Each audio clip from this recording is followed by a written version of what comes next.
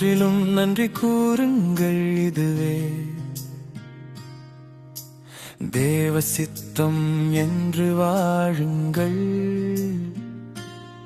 துதிப்பதே பேரின்பம், அதுவே மதுரம்.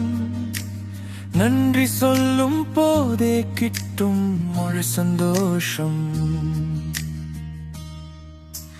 முறுமுறுக்கும் சுபாவத்தை ஸ்தோத்திரம் மாற்றிடும்.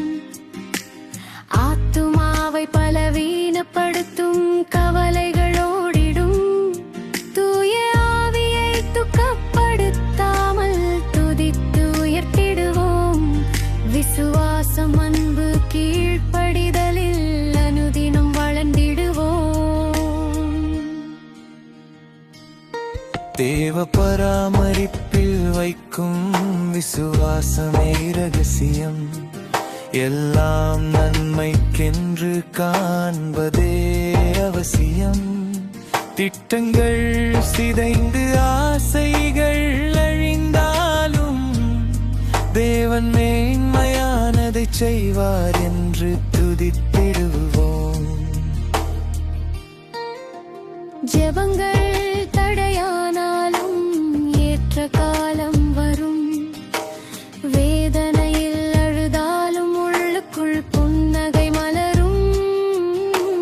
துன்பத்தையும் நன்மையாக மாற்றும் இறையாண்மை கொண்டவள். பாவத்திற்கு தக்கபடி நம்மை சிந்திக்காத நல்லவள். யோபுவை போல இழப்பிலும் ஸ்தோத்திரிப்போம். தந்த ஆசீர்வாதங்களுக்காக இத்தனை காலம் நன்றி சொல்வோம். சுகமோ செல்வமோ போனாலும் துதிப்பது பாக்கியம். கிறிஸ்துவிற்காய் பாடுபடுவது நமக்கு கிட்டும் பெரிய சிலாக்கியம். எல்லாவற்றிலும் நன்றி கூறுங்கள், இதுவே தேவ சித்தம் என்று வாழுங்கள்.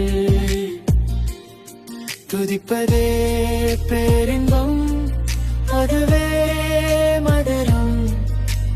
நன்றி சொல்லும் போதே கிட்டும் ஒரு சந்தோஷம்.